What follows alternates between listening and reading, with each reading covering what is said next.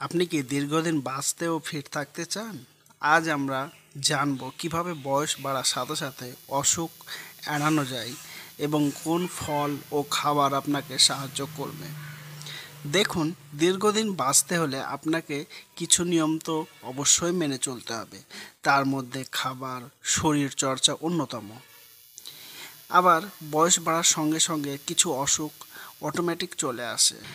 এই অসুখগুলো থেকে বাঁচতে হলে কি করতে হবে বা কি করলে এই অসুখগুলো হবে না, সেই সব সম্পর্কে এই ভিডিওতে আমরা জানতে পারবো। তো চলুন আজকের ভিডিও শুরু করা যাক।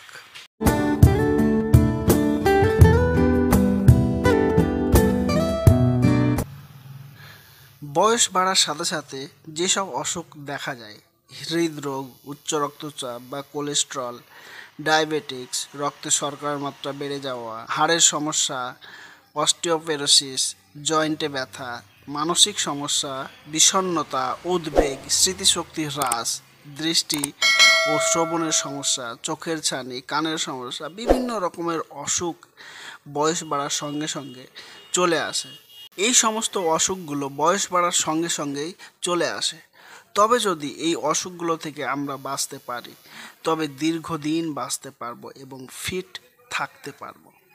নয়তো এই অসুখগুলো চিকিৎসা করাতে আপনার টাকা এবং বয়স শেষ হয়ে যাবে, কিন্তু অসুখ শেষ হবে না। তাই আমাদেরকে আগে থেকেই এর মোকাবেলা করতে হবে। অসুখ মোকাবেলার উপায়: হৃদরোগ।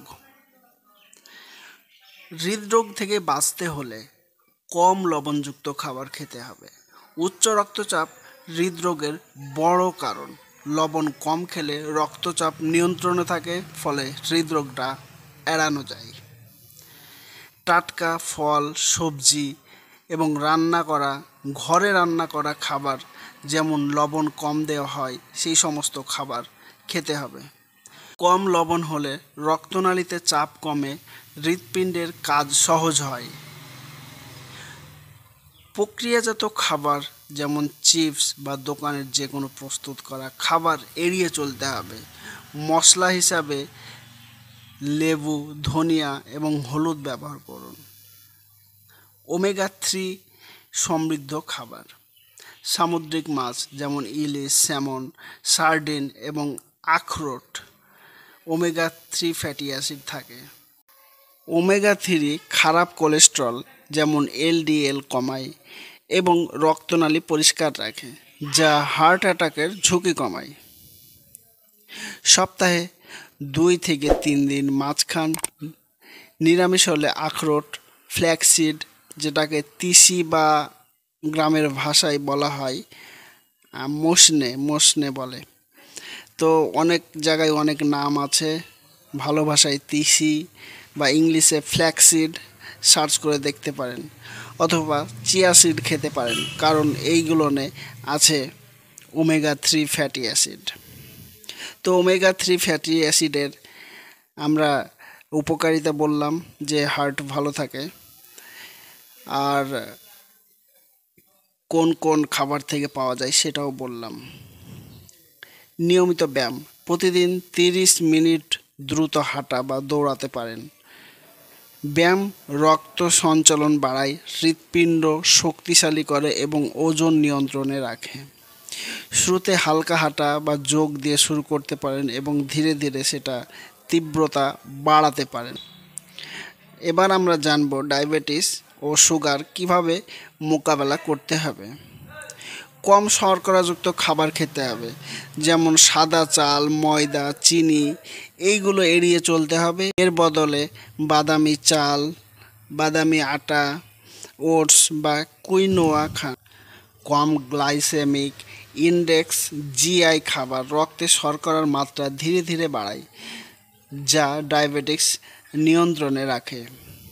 সকালে ওটস দিয়ে নাস্তা বা দুপুরে বাদামি চালের ভাত খেতে পারেন, বা রাত্রে ব্রাউন আটার রুটি খেতে পারেন। ব্রকলি, গাজর, মটরশুঁটি এবং ডাল খেতে পারেন, এইগুলোনে প্রচুর ফাইবার আছে।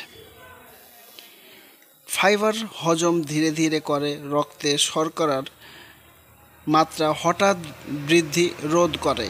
এটি কোলেস্টেরলও কমায়। দিনে 2 থেকে 3 বার শাকসবজি এবং ডাল রাখুন। সালাডে টাটকা শাকসবজি যোগ করুন। মেথির বীজ, দারুচিনি চায়ে মিশিয়ে খান। মেথি ইনসুলিন সংবেদনশীলতা বাড়ায়, দারুচিনি রক্তে শর্করা কমায়। রাতে মেথির বীজ ভিজিয়ে সকালে জল খেতে পারেন, দারুচিনি গুঁড়ো করে চায়ে খেতে পারেন। এবার আমরা জানব হাড়ের সমস্যা কিভাবে মোকাবেলা করতে হবে। আমরা সবাই জানি যে হাড় মানেই ক্যালসিয়াম। তো ক্যালসিয়াম সমৃদ্ধ খাবার খেতে হবে, যেমন দুধ, দই, পনির এবং সবুজ শাক যেমন পালং শাক, ব্রকলি ইত্যাদি খাবার ক্যালসিয়াম সমৃদ্ধ খাবার খেতে হবে। ক্যালসিয়াম হাড় মজবুত করে, অস্টিওপোরোসিস প্রতিরোধ করে। দিনে 1 গ্লাস দুধ বা 1 বাটি দই খান। নিরামিষ হলে ব্রকলি বা কালে শাক যোগ করুন। ভিটামিন ডি সূর্যের আলো, ডিমের কুসুম এবং মাছে পাওয়া যায়। তো নিয়ম করে ডি সূর্যের আলো থেকে নিতে পারেন, বা ডিমের কুসুম খেতে পারেন অথবা মাছ খেতে পারেন। ভিটামিন ডি ক্যালসিয়াম শোষণে সাহায্য করে, হাড়ের ঘনত্ব বাড়ায়। সকাল 10টা থেকে 11টার সময় 15 থেকে 20 মিনিট রোদে থাকুন, ডিম বা মাছ খান, তাহলে ভিটামিন ডি আপনারা পেয়ে যাবেন। এছাড়া ওজন বহন করতে হবে, যেমন হাঁটা বা সিঁড়ি ওঠা বা হালকা ওজন উত্তোলন, এই সমস্ত কাজ করলে হাড় শক্ত হবে। হাড়ে চাপ পড়ে, হাড় শক্ত হয়, ফ্র্যাকচারের ঝুঁকি কমে যায়। সপ্তাহে 4 থেকে 5 দিন 30 মিনিট হাঁটুন বা হালকা ডাম্বেল ব্যবহার করতে পারেন।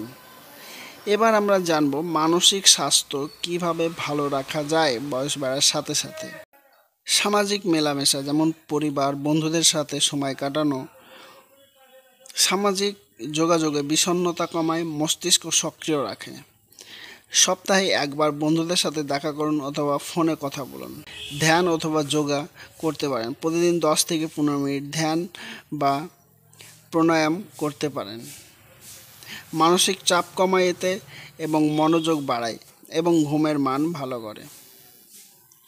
শান্ত জায়গায় বসে গভীর শ্বাস নিন এবং যোগার ভঙ্গি অনুশীলন করুন। তারপর শখের কাজ করতে পারেন, যেমন বাগান করা, বই পড়া এবং গান শোনা।